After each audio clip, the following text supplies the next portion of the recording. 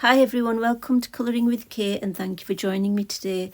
So this is another colouring snippets video where I'm going to share clips of my colouring. So the first book is in Mythographic Artist's Vault, kindly sent to me by Ruth from the US, so thank you so much for sending me this book. So I got started on this B page and you can see that the background is already done. Now I did use the Derwent Graphite because I wanted a darkish sky. The paper doesn't seem to like water because some weird dots formed on it. So regardless of that, I still don't really like how the sky has come out behind the buildings. It seems quite washed out and I just don't like it. So I am going to correct that later. I don't think I'm going to keep it as it is. But what you see me colouring with now are I think the Artex pencils. So I did use some Black Widow pencils at first for the towers that you can see, but I didn't like how the pencils laid down on the paper.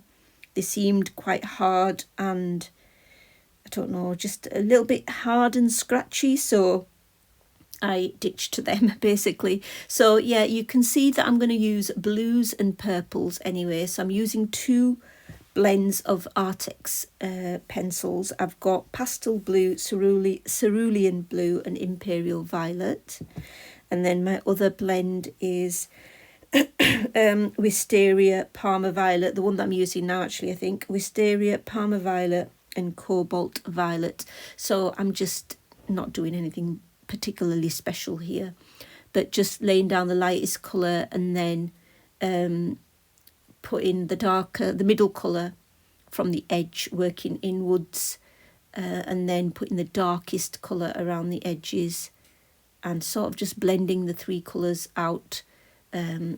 Usually I will use the lightest shade and go over all of the area if needs be, if it looks a bit patchy, but generally the Artex pencils I think are soft enough and work well on this paper that you don't actually need to do that.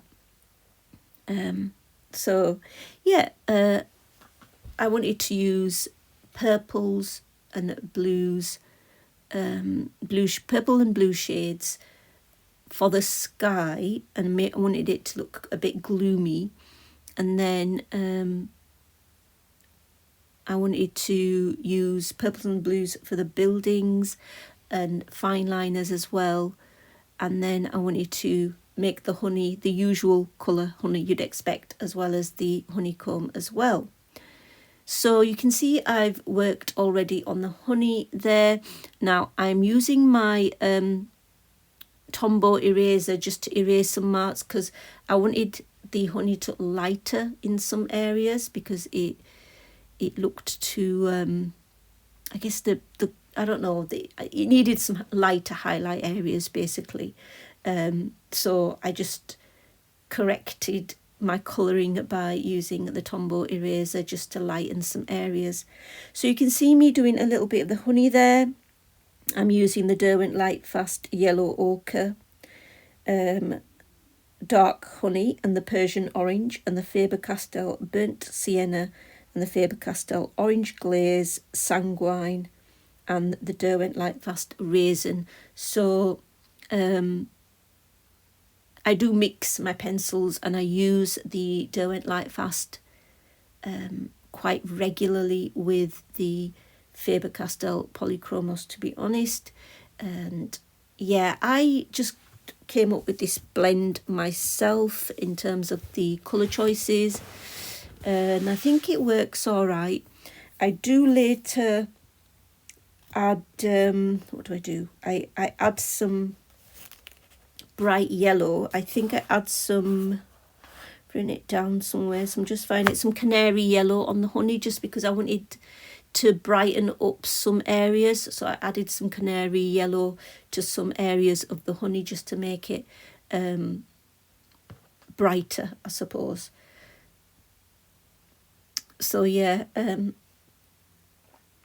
on and that's it. Yeah, that's the blend. If I remember, I will try to put these blends in the description as well.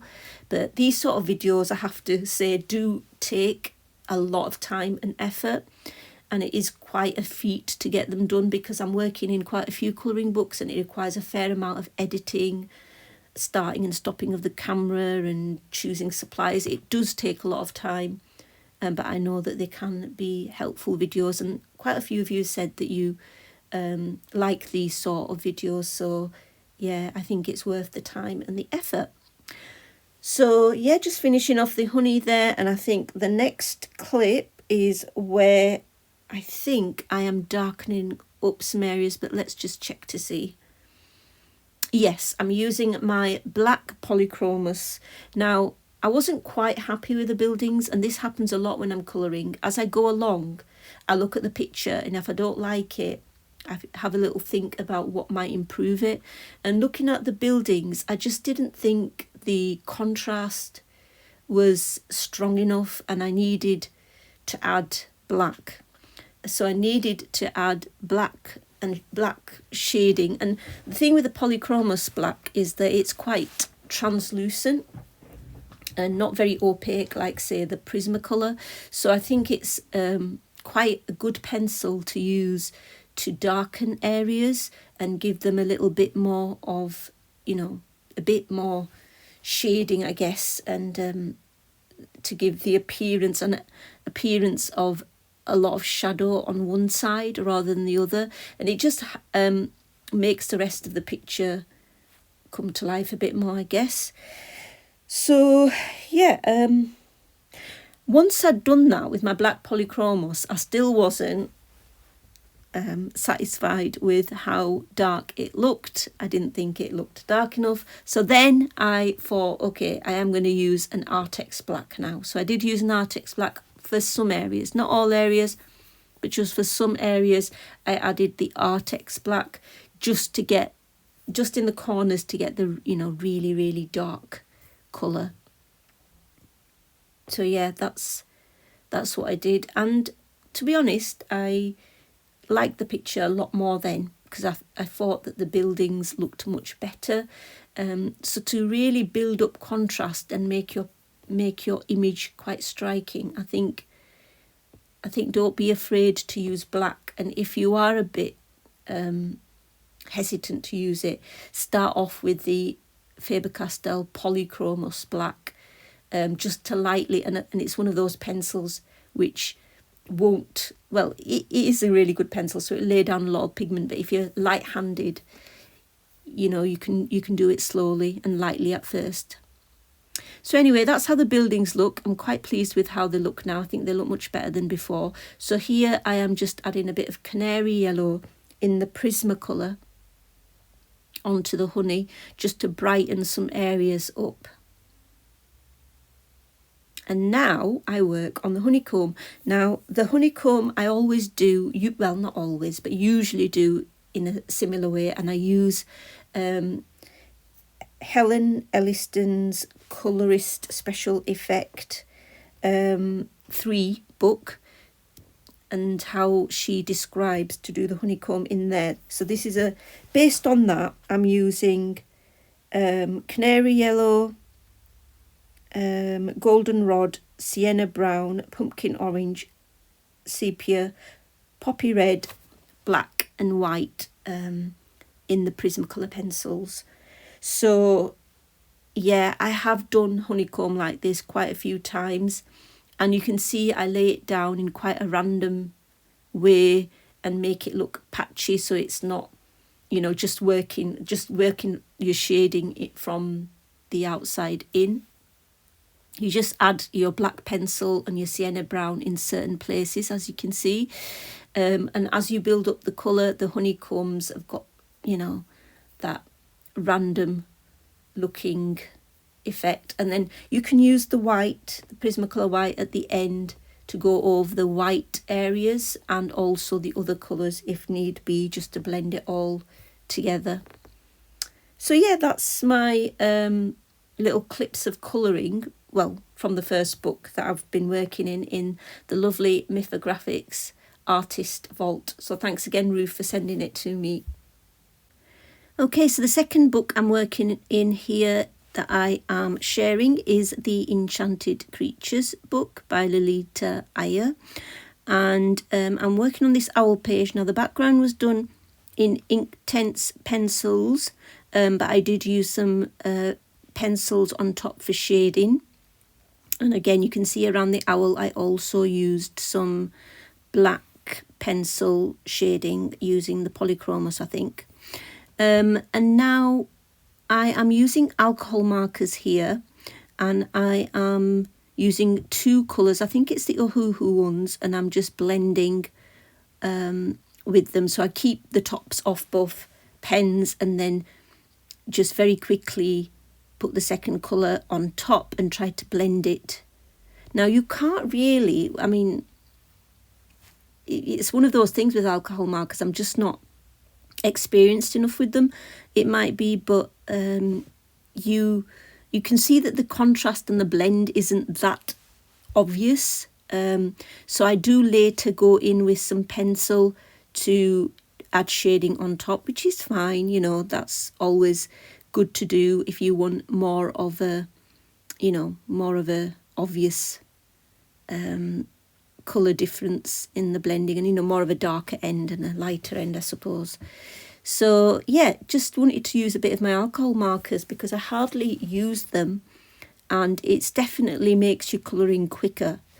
And there's nothing stopping us from using as many mediums as possible. So you can see I'm using another another blend here. So I think these are the Color. Are they the Color? They're called Carla, sorry. They're called the Carla series Ohuhu art markers, and I think I was sent one of the sets. I can't remember which one, whether it was the illustration or the landscape one I was sent. But I purchased one set and I was sent one set because the set that I was sent, I really liked the nib on these markers, and they don't even bleed that much. When you use them, they don't spread out on the page, which is something that I really like. So I thought it was well worth me buying the other set as well. I still have the essential sets to buy because I would like the full set of the Carla because I think they're really nice to work with. And like I said, I really like the nib, the fine nib, and the fact that, I don't know, they're really nice to hold, those markers. So yeah, and they don't bleed, which is the biggest positive. So you can see I've got several blends, and I did try these blends out first on a piece of paper. I think I showed you earlier on this clip. On a rough piece of, well, I think it was a notebook, to be honest, just a scrap notebook. And then I decided to utilise the different blends for the different parts of the owl. So here I've got, this was one of my favourite blends, if I can speak. So a dark brown and then like a reddish dark brown. Probably one of my favourite blends, really, that I've come up with. And if I was very organised, I would even make sure that I saved all my, alcohol marker blends in a book, which is something for a future organisation tip, I think, because then once you come to finding a particular blend you want, you can easily use it, and you don't have to test everything out from scratch. So yeah, I've basically showing you that I've done some pencil shading on top. So if you look, I've done the left side of shading with pencil on top, and I'm now using it on the right side just to show you how much of a big difference it does make. I hope you can tell on camera. But yeah, shading with pencil and making it more, making the blend more obvious, I think really lifts your picture and stops it from being two-dimensional. I don't think I can just leave doing a picture in alcohol markers and then not shading with pencil on top. I think it really makes a big difference and adds so much depth. Yeah, I think it really helps. And it also like I said, alcohol markers definitely does make your colouring quicker. I decided to add shading to these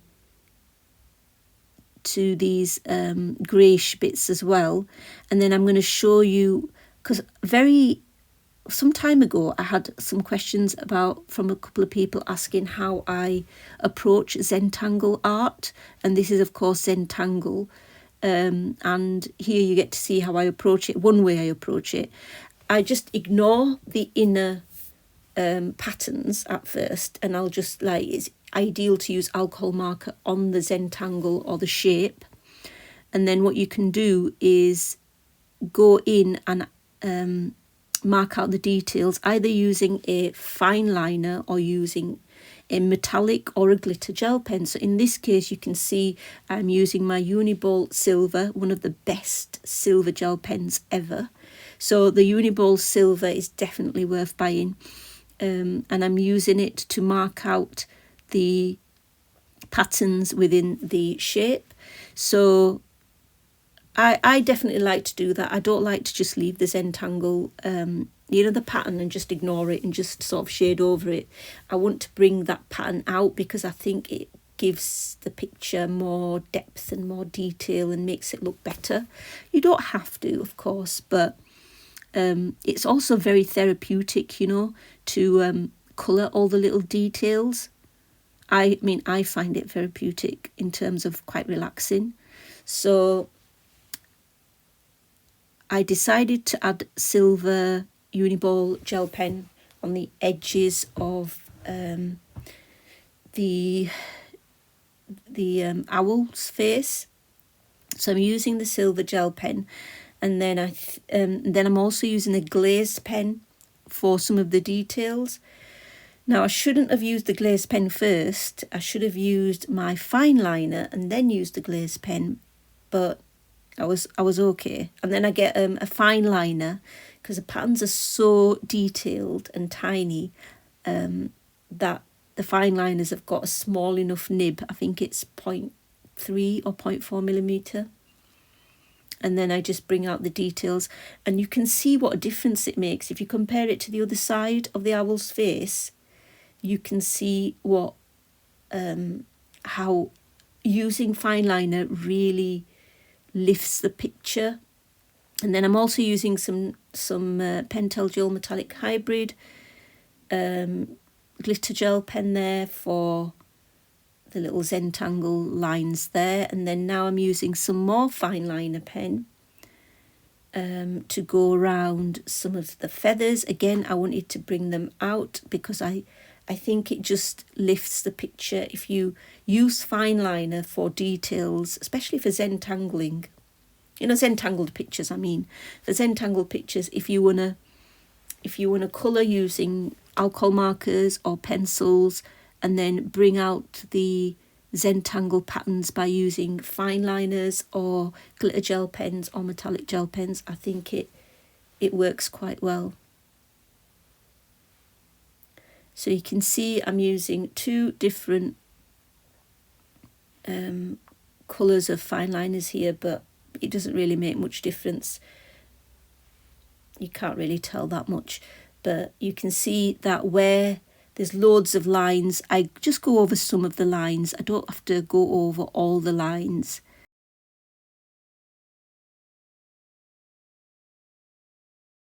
Welcome to the next clip, which I'm going to work in Johanna Basford's new book, Magical Worlds.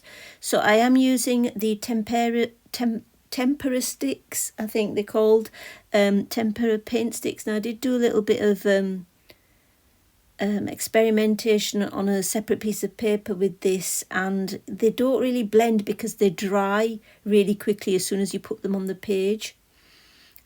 So I decided to just use one colour. So these are the King Art Tempera paint sticks, and so I'm using a sort of a really bright fluorescent pink, and I thought that I would use that to cover up quite a lot of the background space, because in her new book there are quite a few pages with big spaces, and I wanted a quick and easy way to just cover it.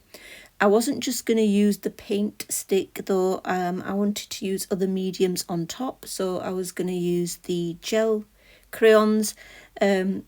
Unfortunately, I did get some on the back of the page because the sheets of paper that I had on the back, they somehow got, well, they got some of the paint on it, and then it must have been still wet, and therefore it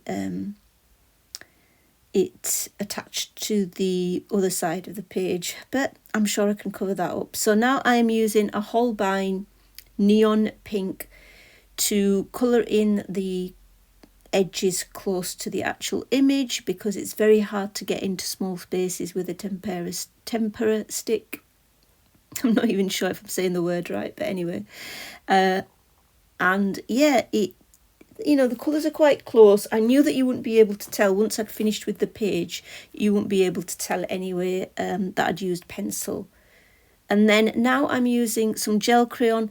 And the gel crayon glides on really easily onto the tempera surface. It's quite smooth paper anyway, but when you put the tempera paint stick on, you can just put your gel crayon on top and just smudge it with your finger. I don't know, the camera's not picking it up as much, but there is definitely, you can definitely see the gel crayon like adding depth and shading to some of the background. I did use a metallic, which I'm using now, a metallic gel crayon in the King Art series as well, because I wanted it to have quite like a circular look. So I've done my lines in a sort of a circular pattern there, and then just smudged it out a bit. When you touch the surface, it doesn't feel very, very greasy, but you can tell that there's mediums on it, so I think it would transfer. So I also wanted to make it a glittery background, so I thought I'm going to add some Mod Podge Extreme Glitter, which acts as a sealant as well. I really need to buy some more acrylic, paintbrushes for acrylic and for glue, because I've just got these small brushes, and for a bigger area I think it needs to be larger. But you can see me using an angled brush there to apply the Mod Podge Extreme Glitter. I quite like how it's ended up looking. The bottom bit where the water is, because I see this image as like, it reminds me of the Loch Ness Monster in Scotland. I'm speaking as if it actually exists, but who knows, it might do. And yeah, I don't know what I'm going to do with the bottom bit. Might use watercolour, I'm not sure yet, but I'm quite happy with the top half of the page. It is really bright and pink and glittery. I'm definitely going to use blues on the image, because I think blue and pinks go really well together. I wanted a really sort of a happy image, like, that made me smile. And I think these colours are so bright that they do make me smile, and I need that at the moment. So yeah, just applying the rest of that Mod Podge, and that's it, guys. That's my colouring snippets for November. I hope you enjoy watching and some of it's been useful. Let me know what you're working on. Until next time, guys, take care, happy colouring, and I'll see you on the next one. Bye.